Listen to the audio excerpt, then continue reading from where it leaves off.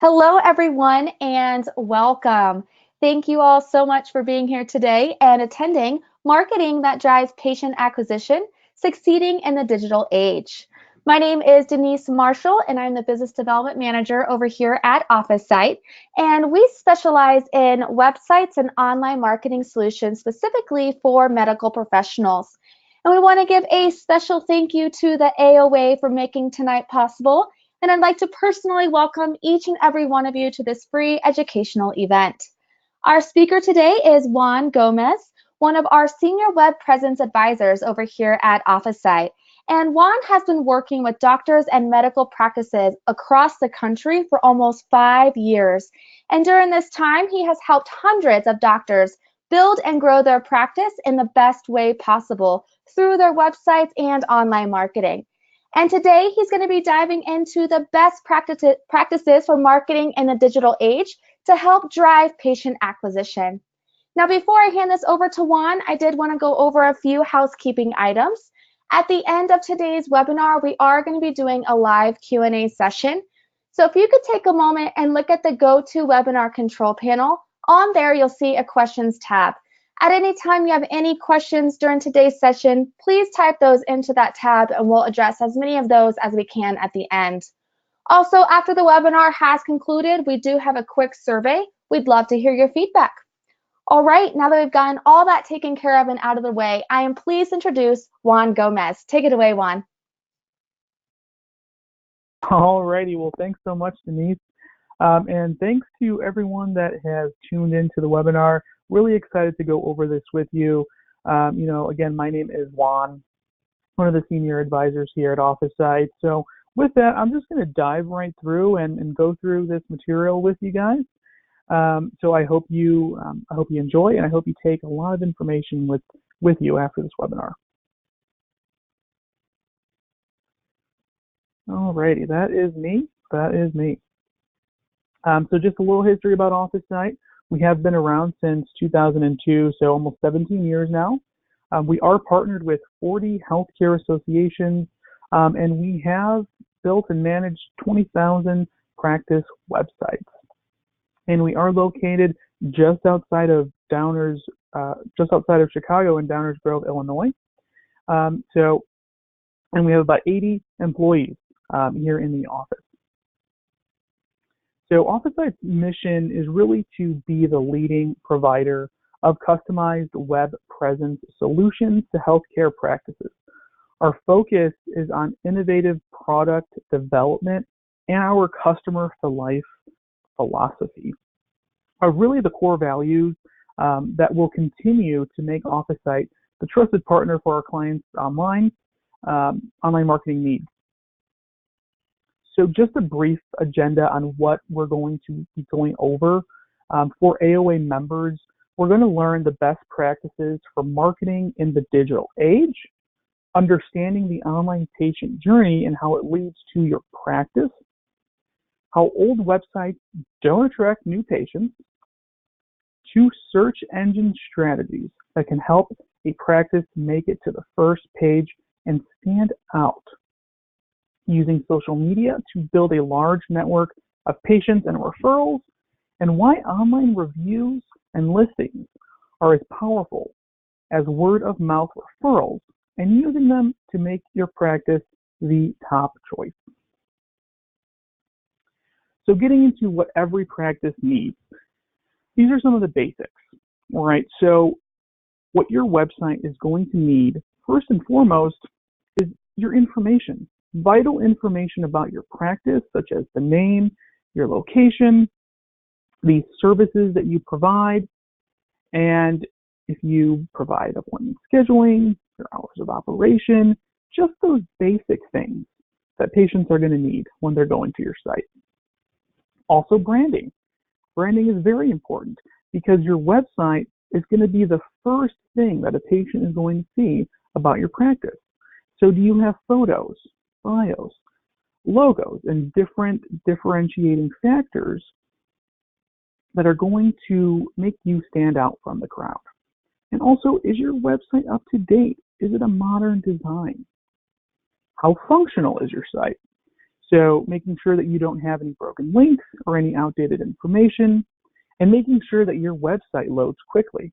Because if your website takes a long time to load, most people are not going to wait more than 2 seconds for a site to load before they move on. And mobile compatibility. This is super important because if you think about it, almost all those searches that you're currently doing are going to be on a cell phone. So your website needs to be compatible for a cell phone, a tablet, or a desktop computer. And show that you're the expert. You want to make sure that all the information that you need is on your website. So having that patient education for your area of practice will help you in the long run. There are several types of patients that you may want to attract. You have the younger generation, middle-aged generation, and the older generation. And even, for pediatrics, you have younger children that you're looking to attract, have their parents bring them into you. It's across the board in the type of patients that you're looking to attract. And online marketing will help you with all of those demographics. Patients and Google want mobile responsive websites. So we're going to talk about that just a little bit more on why that's important. So this is a really simplified graph that shows health searches across different devices. So as you can see, 2012 to 2016, desktop pretty much stayed about the same, a little bit of fluctuations.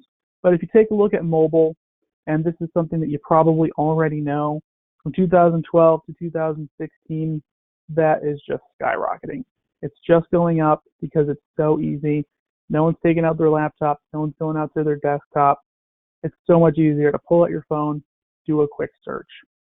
And 3.5 billion searches are done every day on Google. So your mobile compatibility. Again, this is one of those must-haves. 57% of users won't even recommend a business with a poorly designed mobile website. The average American adult is spending 3 hours and 23 minutes on mobile media. I mean, think about it. You're probably on your phone all the time. I know I am. It's my one-stop shop for everything related to any type of online media. And smartphones are accounting for 69% of all media time. So all that time that you're spending online on these media sites, almost 70% of that is being done on a smartphone. And 80% of social media time is also spent on a mobile device. So if you think about it, all of these social media sites are all geared towards mobile devices because it's easier to use, it's quick, you get your notifications. No one's going to a desktop computer for Facebook or Twitter or any of those things because it's just too difficult. And 80% of smartphone users check their phones within 15 minutes of waking up. I know I do this. I feel like a horrible person for doing it, but I can't help it. You're checking the news, you're checking the weather, you're saying who's messaged you at 1 in the morning, why they were up at 1 in the morning, who knows, but you do it, and maybe you don't want to admit it. Unfortunately, still 80%. Now, mobile enables consumers to act immediately. So essentially what this means is I can take out my phone, do a search for a hospital, do a search for a doctor, gym, a coffee shop. It's so easy to pull up my phone and figure out where something is. I mean, if, early in the morning, if I'm in a new place, I need to find the nearest Starbucks, I'm pulling out my phone, Starbucks near me. As easy as that. And same thing for a doctor, a hospital. Those basic things, you're just pulling out your phone because it's so easy, it's so accessible. And that's why being, mobile friendly, mobile responsive is so important. And there are 175 million healthcare related searches per day. That's just healthcare. So what is a mobile responsive design? It's something that you're going to hear more and more and more, especially going into 2019. It makes your website look great, regardless of it being on a desktop, a tablet, a cell phone. It's going to respond to that screen size. And that's great because it'll work for any future device. Those new iPhones that are coming out, those new Android phones, it doesn't matter. You want to have the latest and greatest, well, your website is going to be the latest and greatest because it's going to look great on any device. It's easy to share your content. It's easy to update and maintain. And this is just a side-by-side comparison of the differences between a mobile responsive design, which we have here on the right, and a non-responsive design, which we have here on the left. On the left is showing us those days where we're pinching and we're zooming and we're dragging to find the information that we need. And I remember it, you remember it. It's not fun, it's not easy to use, and patients don't like it either. So now that you have a mobile responsive site, a great looking site that's easy to navigate, well, now how are you going to drive traffic to it? What do you need to make sure that that happens? Well, patients are looking for relevant content related to who you are and what you do. First and foremost, patient education. If I'm going to a doctor for a specific need, whether it's a primary care physician or a dermatologist, well, there's probably a reason I'm searching for them, and I want to look at that service and get more information about it. So having patient education is the first thing that you need to have on that website to really engage with patients. Insurance, payment methods. Do you take Aetna? Do you take PPO? Is there no HMO? It's easy to figure that out online because it's going to save the patient time. It's going to save the receptionist time. It makes everyone's lives easier. Your practice hours, your locations, your phone number, that should all be on your site, and it should all be in a place that's very easily accessible. Photos of the office, the staff members, the doctors are all great to have on the website. Having social media posts. When patients know that you're active not only with your website but on social media, that means a great deal because it improves your credibility online. You're active, you're out there, they know you care. And are you updating your site with relevant information like blogs or articles or adding information that patients need to hear? Maybe you wrote a publication, maybe you're writing a book. It's great to have that information on there. So having patient education on your website, other than having a patient looking at it, why is it good to have? Well, this is going to improve your SEO keywords. And SEO stands for search engine optimization. So the more content you have on your website about your specialty, the better Google is going to rank you. It boosts your credibility as well. So it's setting you apart from those big corporate offices, that big healthcare system down the street, that giant practice down the road. It's going to set you apart by having this information. Because when patients see information about specific treatments, it's going to help boost treatment acceptance rates. If they can read about it, if they can figure it out for themselves, and have it easily understood in layman's terms, that's great. It's going to enhance the user experience as well. So videos, images, diagrams, it makes your site engaging and entertaining, and it's going to reduce the bounce rate. And the bounce rate is something that people in the medical website industry talk about all the time, because your bounce rate is the amount of time a patient is spending on your website before they leave. So the higher your bounce rate, the quicker they're leaving. And that's within 30 seconds. So the longer that they are on the site, the more likely they are to call a practice, to schedule an appointment, to get more information.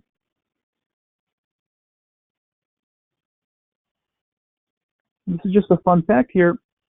93% of online experiences begin with a search engine.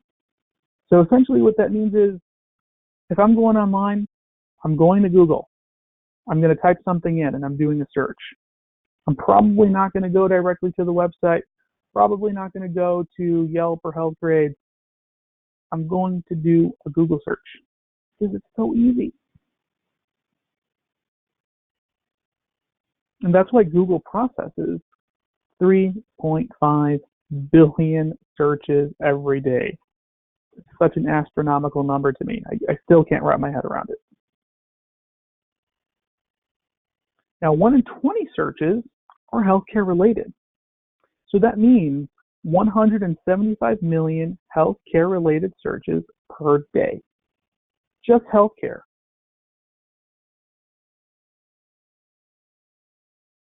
Another fun fact, and a very, very important fact, 75% of people never even scroll past the first page of search engines. You know this, you've known this for a long time, I've known this for a long time. If you're going to that second or third page, you're lost, you're desperate. You want everything on that first page of Google because it's quick. Most people aren't going past that first page. So there are two ways to better rankings. So we have two different versions. You have the paid search engine marketing, which would be those pay-per-click programs or those Google ads that you may be hearing about. And you also have the organic, the natural search rankings.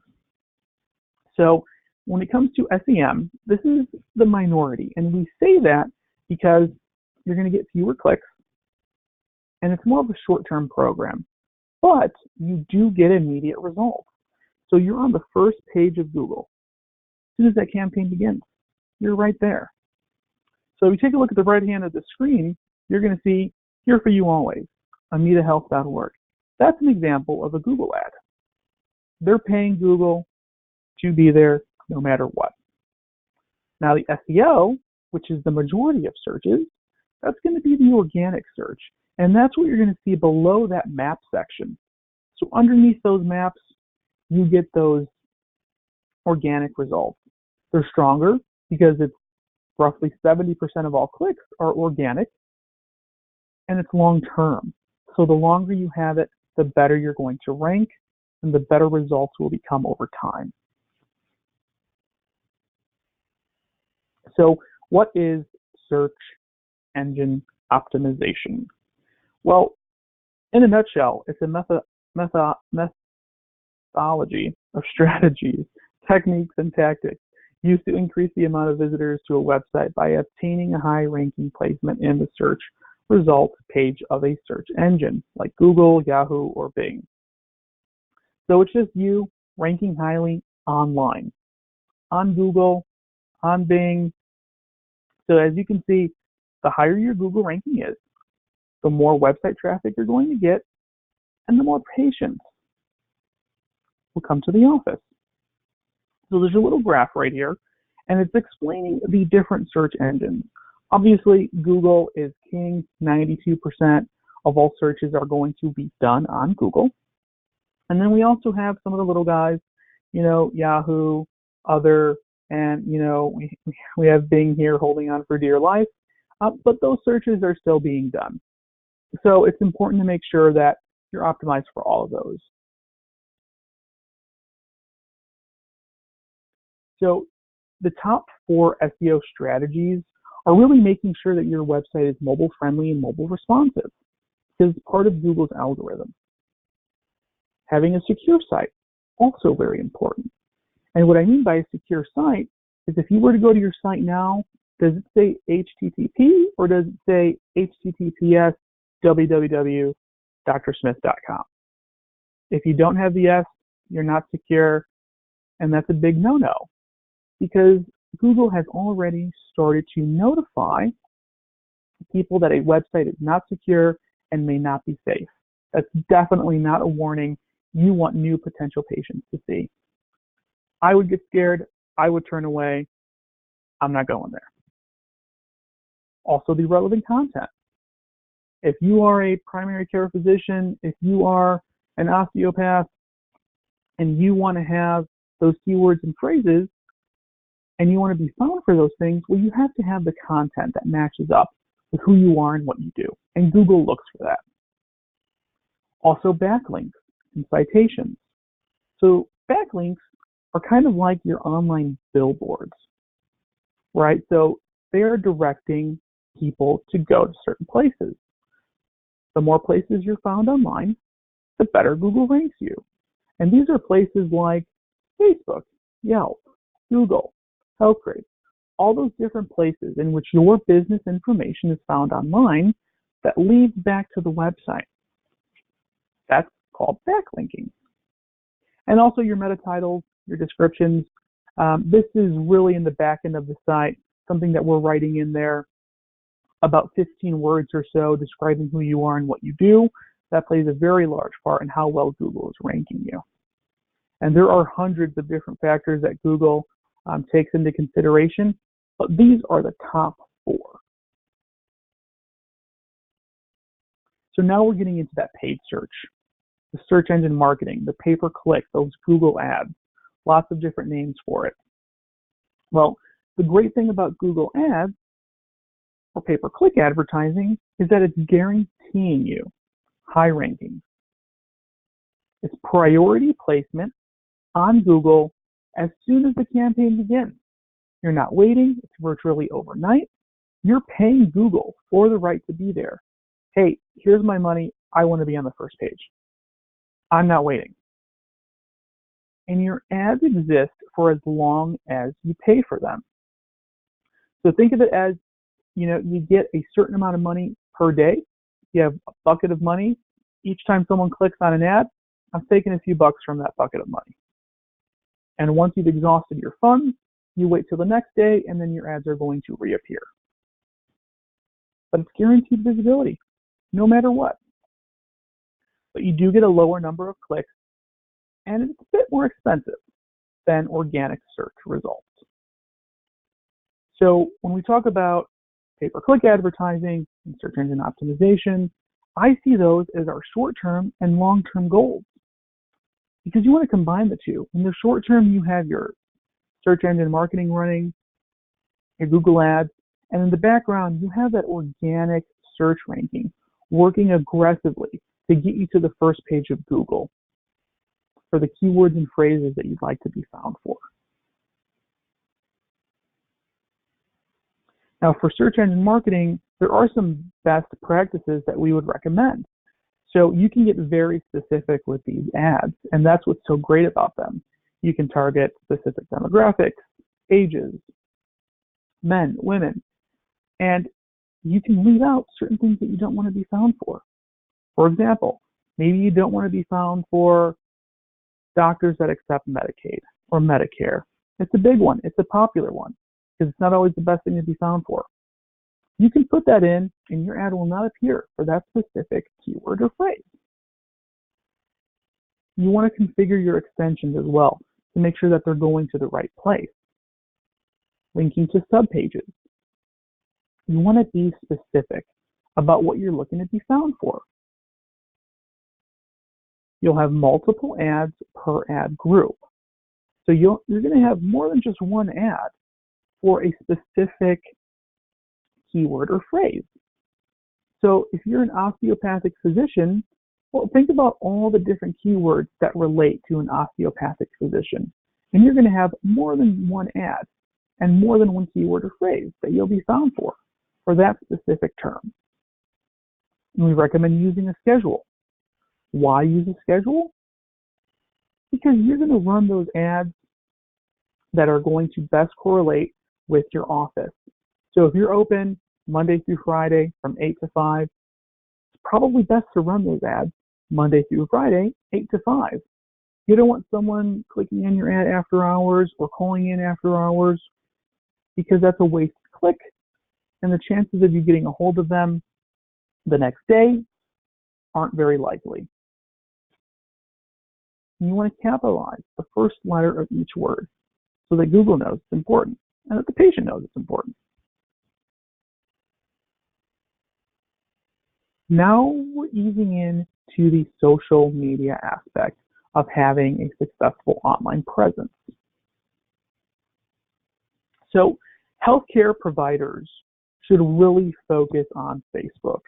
There are lots of them out there. There's Twitter, there's Instagram, there's Snapchat.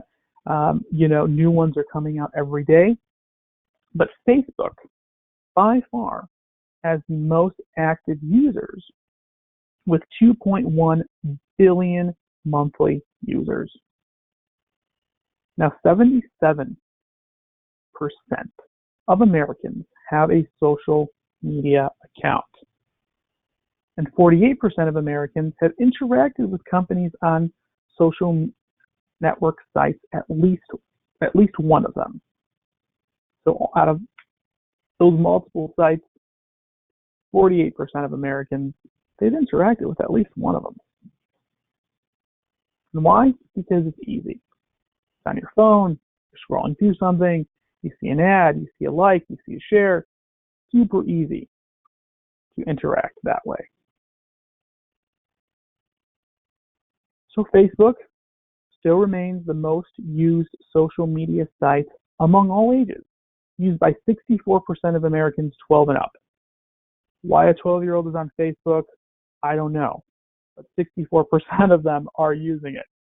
And it spans generations. So 83% of parents with a teen between the age of 13 and 17 are friends with their child on Facebook. Super easy to do so.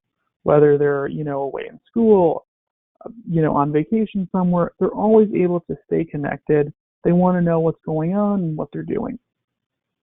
And nearly 1/3 of Facebook users, which is about 32%, engage with brands regularly. So a good rule of thumb for Facebook is to try and post every day and weekly at the very least. So if you can't get to it every day, at least once a week is great. Now, what should you post? And this is always one of those big questions. Well, I don't know what to post. Share something interesting, an article that you may have come across, a video, an educational video. Share updates about your practice. This is a big one because other than sharing educational material, it's great to know what's going on in the office. Maybe it's, Susan's birthday. Maybe you've remodeled the practice. Maybe you're moving. Let your patients know. Believe me, they want to. And also respond to comments from patients, but do that without addressing any private health information. And of course, I'm sure you know that. It's always one of those big ones. Stay away from it.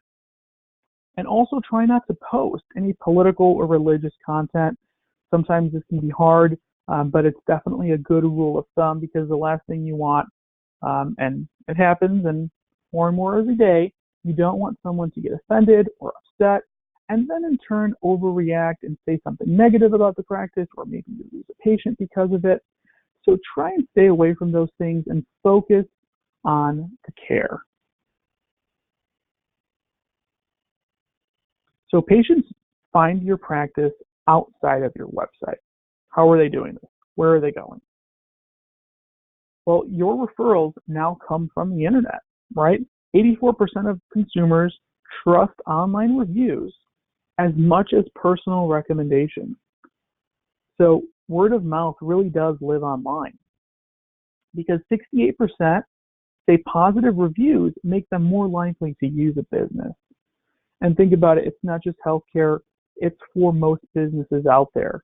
If it's a new store, a new restaurant, whatever the case is, and especially a new doctor, I'm going to Google that doctor, I'm going to take a look at his reviews, and I'm going to see what people are saying about them. Because I want to know that he's credible, that she's reliable, that they care. And reading a negative review makes 40% of consumers not want to use a local business. So they get scared, they get nervous. Changing doctors isn't easy. And they want to know that whoever they're going to is trusted and is out there and is caring. Healthcare and dental practices rank number 3 on the list of businesses where online reviews matter most. So reputation, important. So which businesses have you read reviews for? Just think about it. New restaurants, hotels, new doctors, grocery stores. The top 3 are restaurants, hotels, and healthcare facilities. I'm not going to spend money on a new restaurant if they have horrible reviews. I'm not going to stay at a new hotel if they have 2 stars on Google. I'm not going to go to a new doctor who doesn't have any reviews or only has negative reviews. So it's the first thing that you do when you're going to a new business. And just think about it. When was the last time you did a Google search for, a new restaurant that your friend told you about, or, a new business that opened up in your neighborhood, and you did a simple search for it, and oh geez, these guys don't have really good reviews. I'm not going to waste my time there. Your time is valuable. Your money is valuable. That's why your reputation online is so important.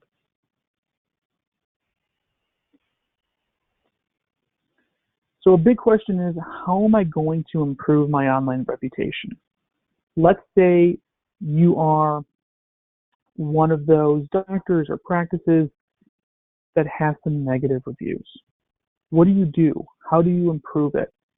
Sometimes it's as simple as a misunderstanding and miscommunication, and they go out there and they leave that review.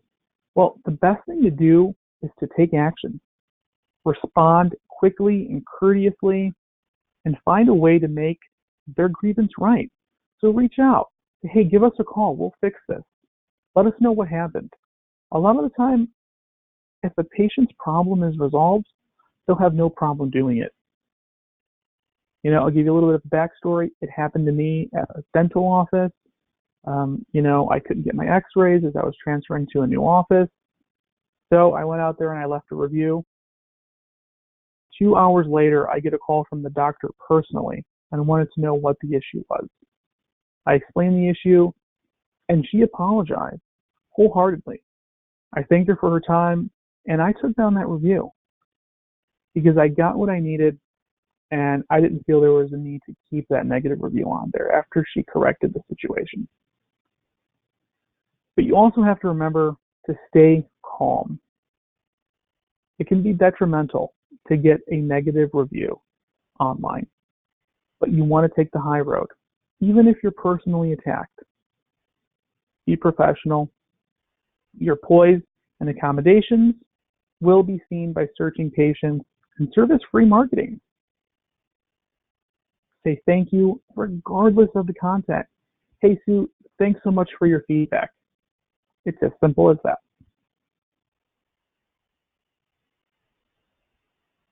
So constant vigilance is important. Regularly checking all of those major review sites at least once a week, if not more. Go to your Facebook page, your Google page, your health grades page. Take a look at what people are saying. You don't want this to come as a surprise. You don't want one of your current patients walking in and saying, hey, Dr. Smith, what's this about you online? And you're taken back. You have no idea what they're talking about. So it's very important to stay up to date on what's being said about you and your practice. This is your livelihood. So consider a reputation management software system. And why should you do this?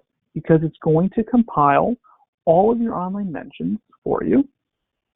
You'll get real-time notifications whenever a review is posted. You'll know who they were, what they said, and where they said it. And it's an ethical way to start generating more reviews and testimonials. Because the only way to make sure that your reputation online is positive and not negative is to have more positive reviews than negative reviews. And data analysis for better oversight also provides a full spectrum of view of public opinion. So it's going to compile what everything is saying online, whether it's more negative or more positive. You can see what the consensus is overall. And strategy formulation tools will help you bury negative reviews under those positive reviews. So what happens? You will get negative reviews over time, and patients understand that, customers understand that too. So the best thing to do is to make sure that you're getting consistent positive reviews. Most people don't care about a positive review that you got 5 years ago. They want to see what's going on now. They want to see what's happening today or recently. Now the listings portion. So Google, Healthgrades, Yelp, Kudzu, Vitals, all those different places in which your business information is found online, well, almost half of those for healthcare, for the healthcare industry, actually have significant inaccuracies. So that's negatively impacting the quality of patient experience before they even reach you. So if they go online and they're finding conflicting information, that is not good. That makes my life more difficult. So 29% of healthcare listings lack an accurate phone number. I mean, something as simple as a phone number is missing from those listings. 48% of healthcare listings contain basic address errors that are misdirecting patients, not adding your suite number, forgetting to add the road or the street, or some practices live in those weird, areas in which it's kind of one county, but it really isn't, and they're getting sent to an entirely different place. And a simple misstep like that could cost you a patient. Because if patients can't find you on their first search, you could miss out on as many as 3 or 4 potential patients. Not only are you losing patients because they can't find you, but incorrect listings are having a negative effect on your search rankings. So this is part of Google's algorithm. It's part of what they're looking for. If everything is correct and they're all talking to each other, Google's going to rank you positively. But if not, they are not going to rank you positively. It will not work in your favor. So the importance of accuracy. 81% of healthcare-related searches are unbranded. So a doctor near me. How unspecific is that? What type of doctor are you searching for? A doctor can mean all sorts of different things. And 35% of patients look for another doctor when online information is incorrect. If I can't find you, if your information is wrong, for example, maybe you moved offices and your Google listing now says permanently closed. Well, gosh, he's not in business anymore. I need to find someone else.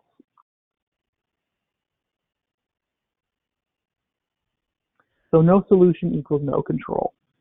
So essentially, business data changes constantly for lots of different reasons. So you may have purchased a practice. You may have added a partner. You may have changed, the entity name. Social media posts may be different than your listings. You may have moved offices, like we mentioned previously. State tax forms play a part. Old data plays a part. So all this information is all compiled, and a lot of the time, these listings are going to add the information whether you like it or not, because someone has done a search for you on Yelp, someone has done a search for you on Facebook. So these unofficial listings are created, and they're unclaimed, and you have no control over them. So you need to be proactive and stay on top of all this information, because it can easily get out of control very quickly. So, a service that OfficeSite has, it's called Reputation Tracker Plus, and it essentially does everything that we've just went over. It's taking care of the search engines, the maps, the health directories, and it's guiding the patient to your practice. So if you take a look at this slide here, it's really going over all of those different directory listings. And it's letting you know the percentage of inaccuracies, and 90% of similar businesses in Illinois have better reviews. Now, this is just an example, but you can type in your information and view this for yourself. So, for example, on Google, only 2 of those are the same thing as what you just typed in. On Yelp, all of them are the same, but 91% have higher ratings.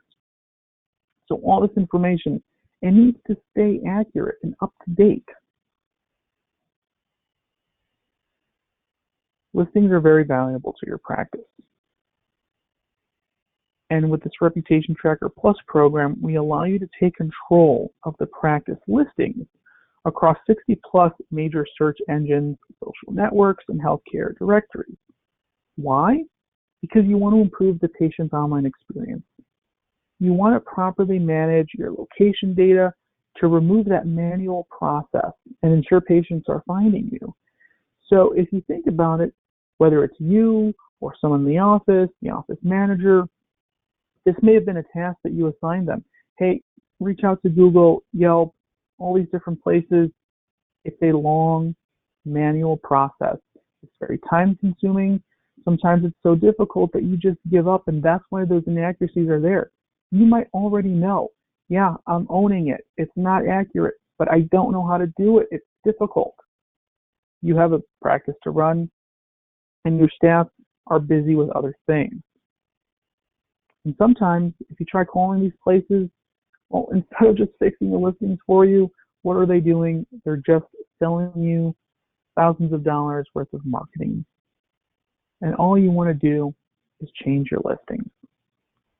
So you just give up and you move on. Well, not with the program, not with the Reputation Tracker Plus program. Very simple, very straight to the point. So it's working in the background, 24/7, on your behalf. You get updates in real time. Changes you make are immediately shown and often updated with the publisher within seconds. You can easily manage suggested edits. For example, if you go on Google and you did a search for yourself and you found your Google listing, well, you're going to see some information there that says suggest an edit.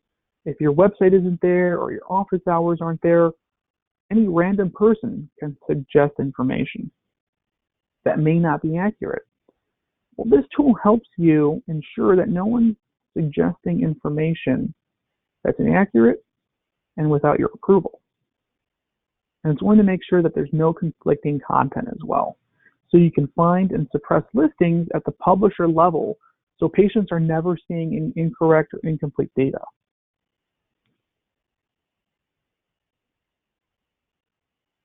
So a listing with all those fields, with all the correct content and information, are going to receive 347% more searches,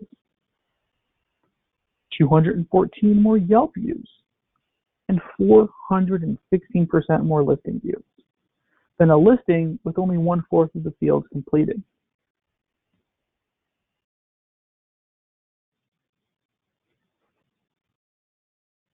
So reviews and your response dashboard. Part of what this program does is it's connecting you to your business, and it's letting you respond to Google and Facebook views directly. So it's your one-stop shop for everything related to your reviews. You don't have to go to Facebook and log in and click your info. You don't have to go to Google, log in and click your info, because who knows where it's at. It's probably in your desk somewhere. Maybe it's at home. Maybe it's on your phone. You don't really know. Everything is found in one spot, so you can respond to everything quickly and easily.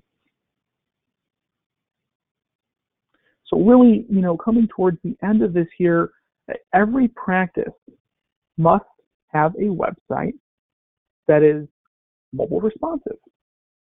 So conforming to any platform, that is secure, making sure that your website is safe from any hacking or malware, and that it loads quickly, and that patients know that it's a reputable site and doesn't contain spam, because Google will let them know, hey, it's not secure, don't go there. ADA compliant, making sure that your site is accessible to those people with disabilities. You want to make sure that it's there. You've heard about it. You've probably heard about the letters people were receiving. Probably something that's going to be, ruled on, whether it's to late 2019. You want to have that already there, done and over with. You don't want to worry about it. Having relevant content in patient education. Use SEO to get more eyes on your practice. Are you looking to attract more patients? If the answer is yes, search engine optimization is the first thing that you need to do. Now, social media can build a large network of recommendations. Referrals, an easy way to gain referrals. Anytime someone is liking or sharing anything that you post on Facebook, their friends are seeing it. If my friend posts something on social media about a doctor or a product, I'm probably going to take it into consideration. And you must take control over your online reputation with online reviews and listings. Super, super important to make sure that all of your information online is accurate and up to date. Don't let bad information cost you good patients. So take a look at this link here. Go to checkmylistings.com. Type in your information. Feel free to do this on your own. This is a free service. Please feel free to do it because it's going to give you an idea of what is not accurate online. You'll get a full report to see everything that has not been done accurately. You can see who has better reviews than you. Stay in the know. And with that, pretty much leads us to the end of my presentation here. So I really want to thank you guys for your time. I've had a great time speaking with you. I'm glad to give you this information. And as a special offer for AOA members with the value program, we will give you three months of hosting and other special benefits and discounts with OfficeSite. So if you have questions, comments, concerns, this is my direct line. Give me a call. Send me an email. I will get to you as quickly as I can. We are here to help. And that's what we've been doing for 17 years. And we plan on doing it for many more. So if you are looking for help, suggestions, please reach out. We do have a special offer for you because of our partnership with the American Osteopathic Association. And with that, again, thank you guys so much for your time. I'm going to kick this over back to Denise for any questions that may have come in, and I'll be able to answer those for you as well. Great. Thank you so much, Juan. Yes, we did have a few questions that came in that I wanted to get to, but if you need to leave the presentation early for whatever reason, please just make sure to jot down Juan's information. That way you can reach out to him directly with any questions that you may have. But Juan, let's go ahead and tackle some of these questions. The first one, earlier in the presentation, you had spoken about website security. How can you tell if a website is secure or not? That's a really, really great question. So the easiest way to figure that out is when you go to a website, let's just say drsmith.com. Once that site pulls up, in that URL, you're going to see https:// www. If there's an S there, that means your site is secure. If it's just HTTP, unfortunately, that means you're not secure, you're not safe, and Google will start notifying people that your site is not safe. Even though you may be safe, even though you're probably a good guy, good practice, great doctor, they don't care. It's not secure, so they'll start to notify people. And depending on which browser that you're using in that URL area, it will say whether it's secure or not secure as well. Great, thank you. This next question is related to reviews. I know you covered a bit about reviews, and they are curious of what are some ways for me to use reviews to promote my website? That's a great question. So using reviews to promote your website is really important. So, and And the reason it's important is because when someone goes to your website, that's part of what they're looking for. So if you want to promote your site, the best thing to do is to have positive reviews, because your positive reviews to Google, if you have at least a 3.7 rating or higher with at least 15 to 20 reviews, that actually plays a part in your search engine optimization. So the more reviews you have that are positive, the better Google's actually going to rank your website. So it's imperative that you get out there and you get proactive about asking for those reviews, because it's going to improve your search rankings online. Thank you. And what happens if I get a negative review? Is there any way to get rid of that review? That is a very popular question. So when it comes to negative reviews, we're really at the mercy of these listing sites. So no matter how much money you're willing to spend, no matter how much money you're willing to pay someone, it's almost impossible to remove a negative review. So you can certainly flag it. You can certainly let them know, hey, this person didn't come here. At the end of the day, it's at the mercy of that listing to take it down, and they almost never side with the business. So that's why it's really important to make sure that you're asking for positive reviews, because it's really the only way to combat those negative reviews. Over the course of your career and your practice, you're going to get some negative reviews. It's going to happen. Some people are just, very picky on what's being said and done in the practice, and sometimes it's super simple, a miscommunication. So they go out there and they leave that one star review because of something that might have been completely out of your control. So go to those patients, ask them for those reviews, because what people want to see, what patients want to see, is new, current, positive reviews. Thank you. And we had another question coming in asking about the check my listings that you were just talking about. What I did is I actually included that URL in the chat feature on your GoToWebinar control panel. But as Juan was mentioning, it's a free tool for you to use, and it allows you to check your listings on 60 plus different websites. So great question on that, and please be sure to check that out. It is a free tool made available for you. Juan, this next question is there any rule of thumb on how often I should be updating the look and the content on my website? Great question. So you should be updating, the actual content within your site at least once a month. Ideally, we'd like to see that happen every 2 weeks, because what Google does is they're actually indexing websites every 3 to 6 weeks. So the more often you update your site and Google is indexing your site, the better that they're going to rank you. So every, if you can, bi-weekly would be great, but at the very minimum, once per month. And as far as, updating, the site itself, that changes with, the technologies. So as technologies progress, there may be other things that you need to change.